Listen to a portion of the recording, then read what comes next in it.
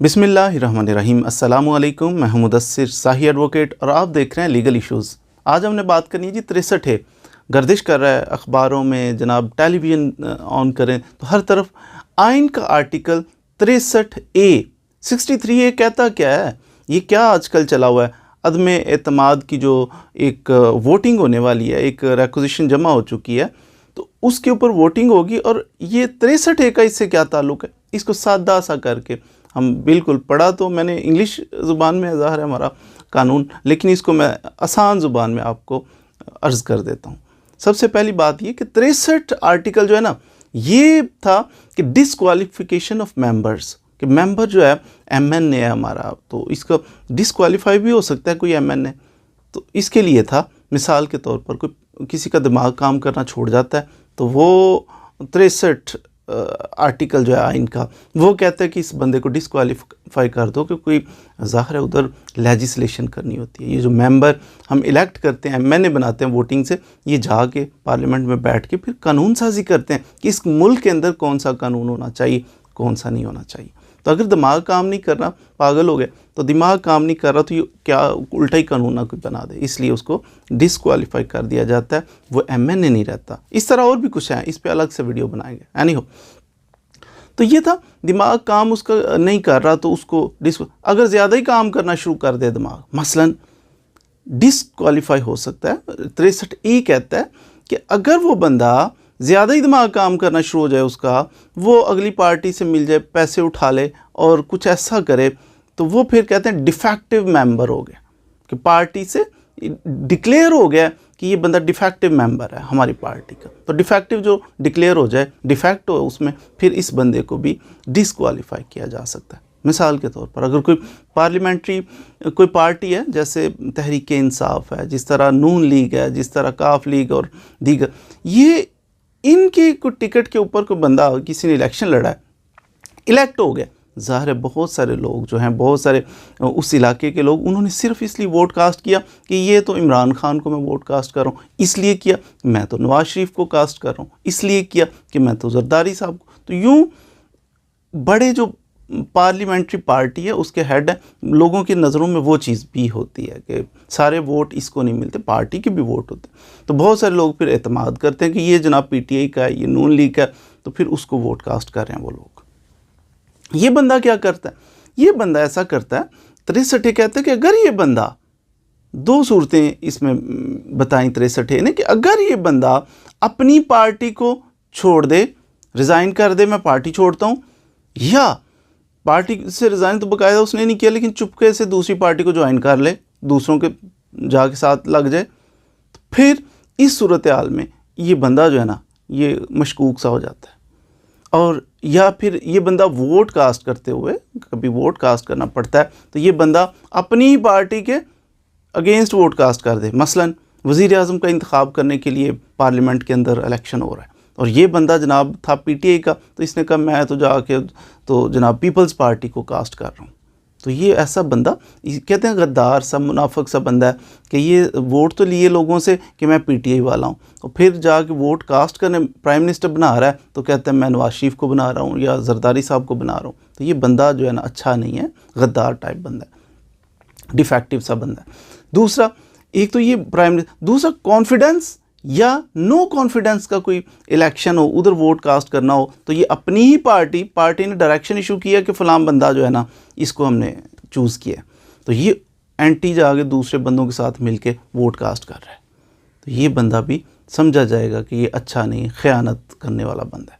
या constitutional amendment है या कोई ऐसा मनी बिल है, उसके ऊपर पार्टी का एक आ गया है कि हमने जनाब ये करना है, और ये उल्टा जाके किसी और के साथ मिल जाता है, पैसे उठा लेता है या कोई और फ़ायदा उठाने के लिए, तो ये आदमी ऐसा कर लेता है। इसको रोकने के लिए पैसे उठा जाता है, मिल जाता है, तो इस ख़यानत को ख़त्म करने के लिए 63 18th अमेंडमेंट, 18वीं तरमीम, उसके अंदर इसको डाला गया था। 63 के साथ 63 को यूँ ज़रूरत पेश आई कि बंदे जो इतने लेवल के बंदे हैं, एमएनए लेवल के, ये बिक ना जाया करें। देखिए अगर ये एमएनए लेवल के बंदे बिकना शुरू हो गए, इतने पैसे चुक गए उतने, तो फिर क्या होगा? फिर नीचे तो हालात ऐसे ही होंगे ना। कहते हैं जैसे अवाम वैसा हुक्मरान, जैसा हुक्मरान वैसी अवाम। तो अवाम भी फिर क्या करेगी, वो पैसे ले लेंगे। जब पैसे लेके वोट कास्ट करेंगे आप लोग अवाम, तो फिर क्या होगा, फिर वो ऊपर भी निज़ाम पाकिस्तान का कैसे बदलेगा।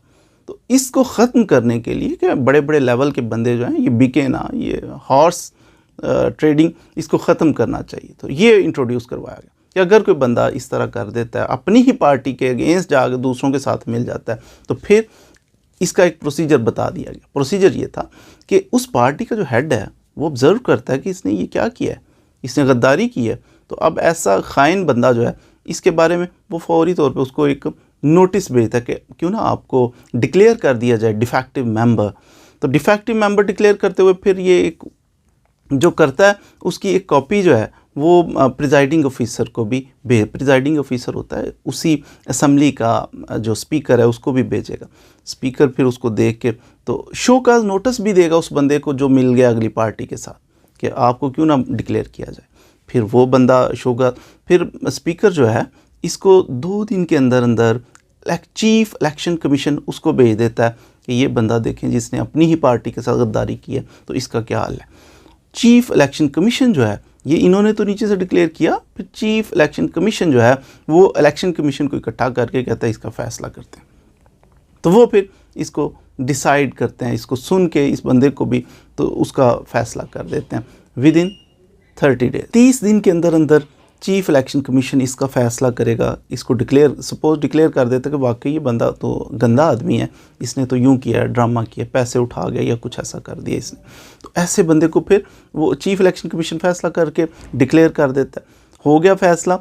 हाँ, अब ये बंदा जो इफ़ेक्ट हुआ है ये कहता है ये तो मेरे साथ ज़्यादती हो गई है। ये इसके पास ऑप्शन है कि 30 दिन के अंदर अंदर सुप्रीम कोर्ट के अंदर इसकी अपील फ़ाइल कर सकता है कि इलेक्शन कमीशन ने मेरे साथ ज़्यादती की है।